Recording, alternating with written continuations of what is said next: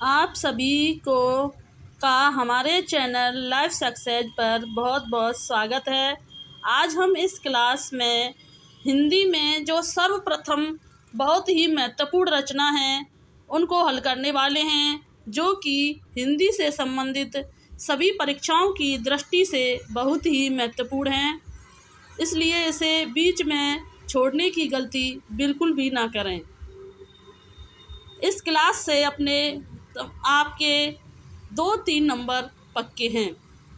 अगर आपको हमारी यह क्लास अच्छी लगे तो इसे लाइक, सब्सक्राइब, शेयर करें और हमें कमेंट करके बताएं कि यह क्लास कैसी रही। तो देर न करते हुए हम इसे शुरू करते हैं कि नंबर 1 है कि हिंदी का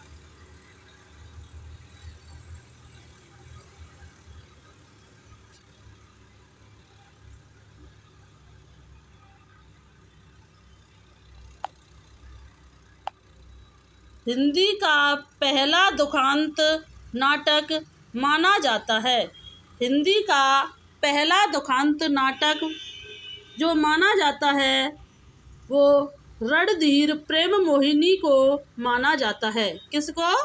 रणधीर प्रेम मोहिनी को हिंदी का पहला दुखांत नाटक माना जाता है, जिसके लेखक जो हैं श्री लाला निवास दास को माना जाता है। किसको?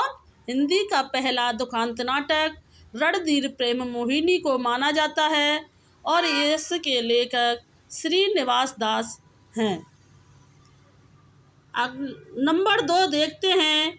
हिंदी का प्रथम एकांकी माना जाता है। तो हिंदी का जो प्रथम एकांकी माना जाता है वह एक घूंट को माना जाता है। किसको? हिंदी की जो प्रथम एकांकी माना जाता है वो एक घूंट रचना को माना जाता है, जो कि जयशंकर प्रसाद के द्वारा रचित मानी जाती है। जयशंकर प्रसाद जो हैं एक छायावादी कवि माने जाते हैं। इनका जन्म जो है सुगनी साहू परिवार में हुआ था। अगला प्रश्न देखते हैं कि हिंदी छायावाद का प्रथम काव्य संग्रह है। हिंदी छायावाद का जो प्रथम काव्य संग्रह है वह झरना जयशंकर प्रसाद 1918 में है। तो हिंदी का जो प्रथम काव्य संग्रह माना जाता है वह झरना को माना जाता है, जो कि 1918 में रचित माना जाता है और यह भी जयशंकर प्रसाद के द्वारा रचित माना गया है। झरना इनका प्रथम काव्य संग्रह माना गया है। अगला प्रश्न देखते हैं। प्रश्न नंबर 4 है कि हिंदी की प्रथम अतुकांत रचना है। हिंदी की प्रथम अतुकांत रचना है। तो हिंदी की जो प्रथम अतुकांत रचना माना जाता है वो प्रेम पथिक को माना जाता है। किसको? प्रेम पथिक को हिंदी की प्रथम अतुकांत रचना माना जाता है, जो कि जयशंकर प्रसाद के द्वारा रचित मानी जाती है। किसके द्वारा? इनका जन्म 1889 में सुगनी साहू परिवार में हुआ था। यह एक छायावादी कवि माने जाते हैं। जयशंकर प्रसाद का महाकाव्य कामायनी है, जिसमें 15 सर्गों का वर्णन किया गया है। जिस कामायनी का जो रचना काल है वो 1935 माना जाता है और उसमें 15 सर्ग माने जाते हैं। प्रश्न नंबर 5 देखते हैं कि हिंदी खड़ी बोली का प्रथम का महाकाव्य माना जाता है। किसे? हिंदी खड़ी बोली का प्रथम महाकाव्य ग्रंथ जो माना जाता है वह एकांतवासी योगी श्रीधर पाठक को माना जाता है। किसको? हिंदी खड़ी बोली का जो प्रथम महाकाव्य ग्रंथ माना जाता है वह एकांतवासी योगी रचना को माना जाता है और इसके जो लेखक हैं वो श्रीधर पाठक माने जाते हैं। किसके? एकांतवासी योगी रचना के जो लेखक हैं वो श्रीधर पाठक को माना जाता है और हिंदी की खड़ी बोली का प्रथम महाकाव्य ग्रंथ माना जाता है। अगली रचना देखते हैं, नंबर 6 देखते हैं कि हिंदी का प्रथम गद्य काव्य माना जाता है। हिंदी का प्रथम गद्य काव्य माना जाता है। तो हिंदी का जो प्रथम गद्य काव्य माना जाता है वो साधना रचना को हिंदी का प्रथम गद्य काव्य माना जाता है और इसे राय कृष्णदास के द्वारा रचित माना जाता है। किसको? साधना जो रचना है वो राय कृष्ण के द्वारा रचित मानी जाती है और इसे हिंदी का प्रथम गद्य काव्य माना जाता है। यह सभी जो रचनाएं हैं परीक्षा की दृष्टि से बहुत ही महत्वपूर्ण हैं, इसलिए इन्हें बीच में बिल्कुल भी छोड़ने की गलती ना करें। नंबर 7 देखते हैं कि हिंदी में प्रयोगवाद का सर्वप्रथम प्रयोगकर्ता है। हिंदी में जो प्रयोगवाद का सर्वप्रथम प्रयोगकर्ता किसे माना जाता है? तो हिंदी में जो प्रयोगवाद का जो सर्वप्रथम जो प्रयोगकर्ता माना जाता है वो नंद दुलारे वाजपेयी को माना जाता है। किसको? नंद दुलारे वाजपेयी को हिंदी में प्रथम प्रयोगकर्ता माना जाता है। नंद दुलारे वाजपेयी जो हैं एक सौष्ठववादी कवि माने जाते हैं। नंबर 8 देखते हैं कि गीति काव्य शब्द का सर्वप्रथम प्रयोग करता है। गीति काव्य शब्द का सर्वप्रथम प्रयोग करता है। तो गीति काव्य शब्द का जो सर्वप्रथम प्रयोग किया था वह लोचन प्रसाद पांडे ने किया था। किसने? गीति काव्य शब्द का जो सर्वप्रथम प्रयोग किया गया था वह लोचन प्रसाद पांडे के द्वारा किया गया था। नंबर 9 देखते हैं कि स्वच्छंदतावाद शब्द का सर्वप्रथम प्रयोगकर्ता माना जाता है। तो स्वच्छंदतावाद शब्द का सर्वप्रथम प्रयोगकर्ता जो माना जाता है वह मुकुटधर पांडे को माना जाता है। किसको? मुकुटधर पांडे को सर्वप्रथम स्वच्छंदतावाद का जो कर्ता माना जाता है। मुकुटधर पांडे एक स्वच्छंदतावाद शब्द का सर्वप्रथम प्रयोगकर्ता माना गया है। नंबर 10 देखते हैं कि नई कविता शब्द का सर्वप्रथम नामकरणकर्ता हैं। नई कविता शब्द का जो सर्वप्रथम नामकरणकर्ता जो माना जाता है वो राहुल साकृत्यायन अज्ञ जी को माना जाता है। किसको? राहुल साकृत्यायन अज्ञ जी को नई कविता शब्द का सर्वप्रथम प्रयोगकर्ता माना जाता है। अज्ञ जी का जो जन्म हुआ था वो 1911 ईस्वी में हुआ था और तार सप्तक के जो प्रवर्तक माने जाते हैं वो अज्ञ जी को ही माना जाता है। किसको? अज्ञ जी को ही तार सप्तक का प्रवर्तक माना जाता है। अगला प्रश्न देखते हैं, नंबर 11 देखते हैं कि हिंदी का प्रथम रेडियो नाटक माना जाता है। हिंदी का प्रथम रेडियो नाटक किसे माना जाता है? तो हिंदी का जो प्रथम रेडियो नाटक माना जाता है वो राधा कृष्ण दास को माना जाता है। किसको? राधा कृष्ण को। हिंदी का राधा कृष्ण दास नहीं है या राधा कृष्ण ही है ओनली। हिंदी का प्रथम रेडियो नाटक जो माना जाता है वो राधा कृष्ण को माना जाता है। इसके जो लेखक हैं वो चतुरसेन शास्त्री को माना जाता है।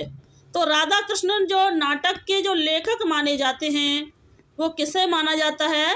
तो वह चतुरसेन शास्त्री को हिंदी का प्रथम रेडियो नाटककार माना जाता है।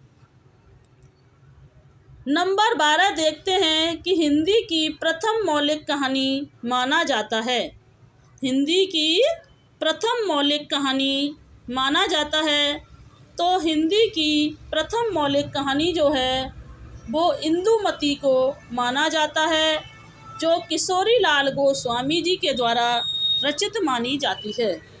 इंदुमती का जो रचना काल है वो 1900 ईस्वी माना जाता है और इंदुमती की जो रचना की थी वो किशोरी लाल गोस्वामी के द्वारा की गई थी। और हिंदी की जो प्रथम मौलिक कहानी इंदुमती जो है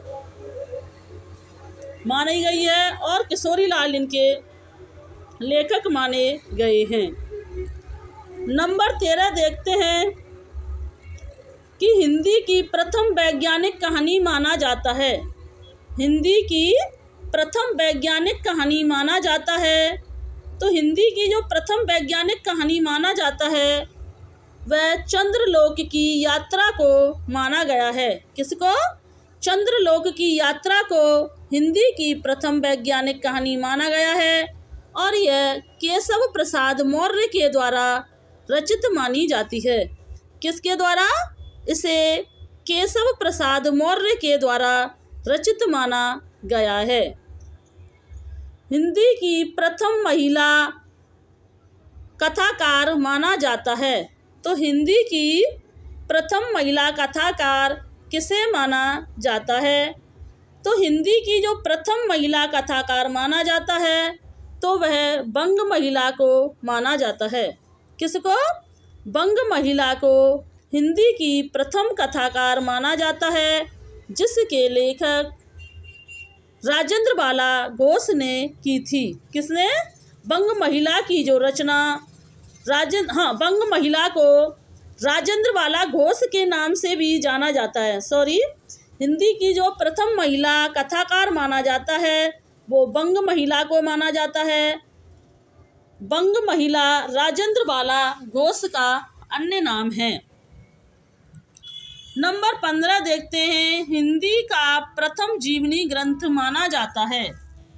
हिंदी का प्रथम जीवनी ग्रंथ माना जाता है तो हिंदी का जो प्रथम जीवनी ग्रंथ माना गया है वो भक्तमाल को माना गया है, जो कि 1500 ईस्वी में रचित मानी जाती है। किसमें? हिंदी का प्रथम जीवनी ग्रंथ भक्तमाल को माना जाता है, जो कि 1500 ईस्वी में रचित मानी जाती है, जिसके लेखक नावादास जी हैं। कौन है? नावादास या नावा भापे, यह नावदास नहीं है, यह नावादास है। तो हिंदी की प्रथम जीवनी ग्रंथकार जो माने जाते हैं वो नावादास को माना जाता है और भक्तमाल इनकी रचना मानी जाती है। भक्तमाल में जो है वो रामानंद के 12 शिष्यों का वर्णन किया गया है। अगला प्रश्न देखते हैं, नंबर 16 देखते हैं कि हिंदी का प्रथम मौलिक उपन्यास माना जाता है। हिंदी का प्रथम मौलिक उपन्यास माना जाता है तो परीक्षा गुरु जो है, परीक्षा गुरु को हिंदी का प्रथम मौलिक उपन्यास माना जाता है, जो कि लाला निवास दास के द्वारा रचित माना जाता है। तो परीक्षा गुरु जो उपन्यास है वो लाला निवास दास के द्वारा रचित माना जाता है और यह हिंदी का प्रथम मौलिक उपन्यास माना जाता है। तो परीक्षा गुरु का जो रचना काल है वो 1882 माना जाता है। क्या? हिंदी का प्रथम मौलिक उपन्यास परीक्षा गुरु का जो रचना काल है वो 1882 माना जाता है। नंबर 17 देखते हैं कि हिंदी का प्रथम दलित उपन्यास माना जाता है। हिंदी का प्रथम दलित उपन्यास माना जाता है तो हिंदी का जो प्रथम दलित उपन्यास माना जाता है वो छप्पर 1994 ईस्वी में रचित माना जाता है। किसको हिंदी की प्रथम दलित उपन्यासकार माना जाता है? तो वह जयप्रकाश करदम को माना जाता है, जो कि उनकी रचना छप्पर 1994 से माना जाता है। नंबर 18 देखते हैं कि हिंदी की प्रथम लघु पत्रिका मानी जाती है। तो हिंदी की प्रथम जो लघु पत्रिका मानी जाती है वह कवि वचन सुधा को हिंदी की प्रथम लघु पत्रिका माना जाता है। किसको? हिंदी की प्रथम लघु पत्रिका जो मानी जाती है वो कवि वचन सुधा पत्रिका मानी जाती है, जो कि भारतेंदु हरिश्चंद्र के द्वारा रचित मानी जाती है।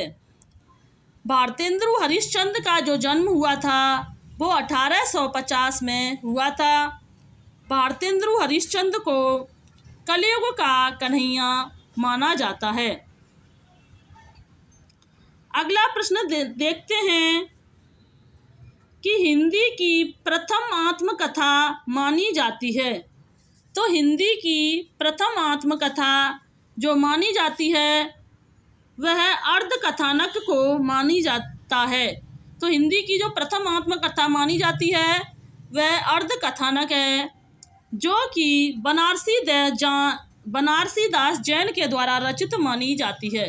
जो अर्धकथानक आत्मकथा है वह बनारसी दास जैन के द्वारा रचित मानी जाती है। नंबर 20 देखते हैं कि हिंदी का प्रथम मानक जीवनी ग्रंथ माना जाता है। तो हिंदी का प्रथम मानक जीवनी ग्रंथ जो माना जाता है तो वह कलम का सिपाही को माना जाता है, जो कि अमृत राय के द्वारा रचित मानी जाती है। किसको?